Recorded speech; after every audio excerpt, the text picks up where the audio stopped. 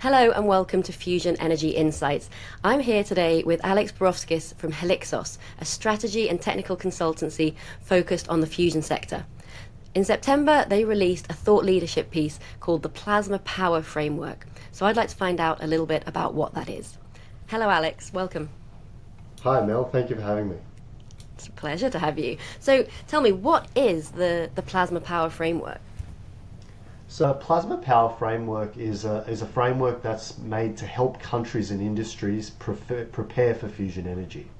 It's a tool that can be used by different stakeholders to reflect on the current state of their fusion ecosystem, identify gaps, and then work towards addressing those gaps in then maturing towards a functioning and flourishing fusion ecosystem. It has 7 key dimensions or pillars, and these are across everything from policy to regulations, financial structures, workforce, and scientific and R&D approaches, and it's to support the eventual commercialization and deployment of fusion energy. And within this structure as well, we have another level of more detail where we have various elements which are things from codes and standards through to private financing, the life cycle management of fusion assets, all the way to community consultation and engagement. Yeah, there's a lot in there, a lot to cover when you're thinking about the commercialization or the setting up of fusion in a country. But tell me, first of all, where did this idea come from? Why did you do this? The idea was initially inspired by something that exists within the fission or the nuclear power sector, and it's something that's established and run by the International Atomic Energy Agency called the milestones approach. And this is basically a stepwise process for a country to embark on developing a nuclear power sector. And as part of that, there are these things called infrastructure issues, which are basically key areas and elements that require focus to be developed to have a nuclear power program. And when we reflected on these requirements and commitments that different member states are embarking on to develop a nuclear power program, we saw that the fusion industry is at the precipice of a paradigm shift, moving from an R&D dominated industry and sector to one that will be delivering energy products at some point. And it's really important and critical that there is a customized and nuanced approach for how nations prepare for this opportunity, acknowledging and honoring all the special and interesting aspects around fusion that are really important to build. So is it really that now is the time for this kind of thing because of the stage of development that fusion is at? So it wouldn't have been necessary, let's say, 10 years ago, or what are your thoughts on now and why now is the right time? Well, fusion is coming soon, and countries and companies and industry more broadly needs to be ready for the opportunity. And we saw that on a macro level, commercialization is closer than ever. You've got the private ecosystem saying that they will be delivering clean electrons in the 2030s.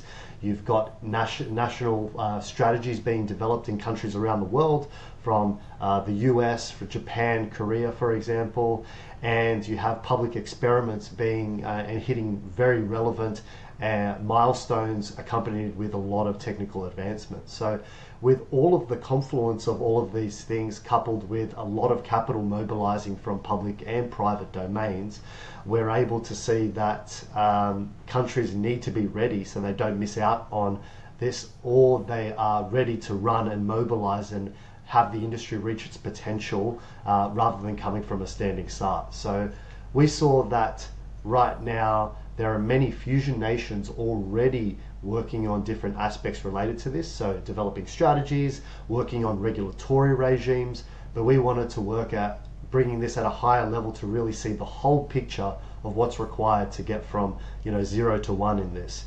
And one of the interesting principles with the framework is that we wanted it to be flexible and adaptable enough to apply to countries on different levels of maturity in their fusion journey. So you have countries that I've just spoken about that have very robust ecosystems, they have strategies, they're part of the ITER world, and they have private companies as well.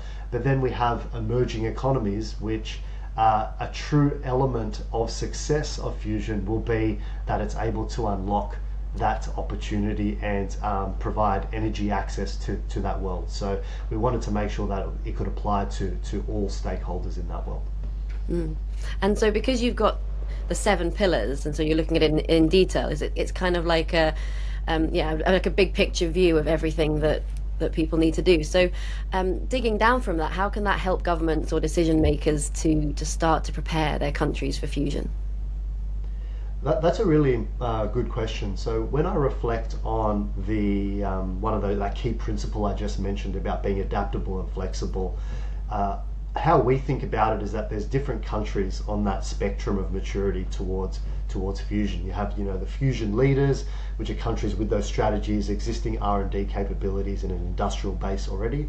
You have strategic adopters, which are the people that are close on the tail and they're actively engaged in the industry, but they're likely not to be the first mover. And then you have more delayed adopters, they take a very measured and conservative approach to watching the technological advancements, and they likely will come on board at some stage.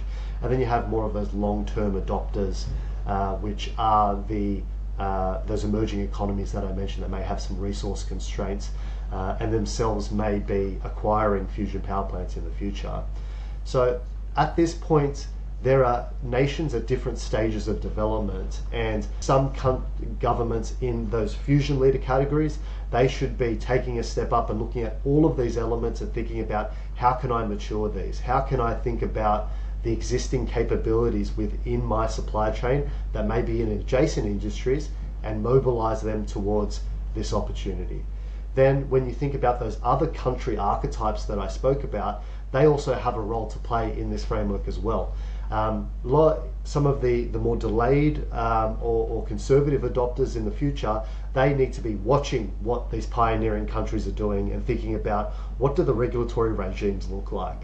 How are they setting up the financing structures to make these projects successful, and then reflect on how they can learn from those lessons to have a very successful campaign in the future. It's really interesting to think we all need to be thinking far ahead, and not just about like the science or the first pilot plant or the first power plant in one country, but actually how fusion can spread, if you like, around the world. Because to truly make a difference, it has to like be in many different countries, and like you say, they're all at different stages. So I think it's really interesting to be thinking about this and what is necessary. So what do you think, if somebody or a country is kind of new to fusion and thinking about what they should do, what should their next steps be? So I think the first thing should be, acknowledging that there is a really big opportunity ahead and thinking about where they fit into the holistic picture. So it could be them looking at this framework and thinking about how developed am I with regards to our policy posture on this? Do we have existing instruments within our governance and institutional frameworks to be able to house a very advanced industry like fusion? Looking at, do we have existing radiation or regulation that can be then adapted to the fusion industry? Thinking on everything with regards to the electricity grid. How do we have the market structures in place to do that? So starting and engaging with the framework it can be as developed as literally doing an audit on your entire ecosystem, through to just using it as a thought-provoking exercise to think about all of the opportunities and areas ahead that need to be worked on. And is this framework only for countries and governments? So it has the flexibility to be applied to various different stakeholders. I think it's really important that companies and industry and various other groups that operate within the broader ecosystem see themselves within this framework, because people now that are working in adjacent industries, they might be working in the legal profession, they may be working in the existing electricity groups, they should be able to understand, well, I have an existing capability that will be directly relevant to the fusion industry when it happens. So ultimately, it's for many different stakeholders, and that everyone should be kind of thinking about their journey within fusion within the broader tapestry that's here. What's next for you at Helixos? How are you going to build on this work? So we saw this framework as a key foundational piece and the top of the pyramid with regards to thinking about how to approach building a fusion program. And ultimately, there is a lot of other thought leadership in areas that need to come from this to really put some meat on the bones.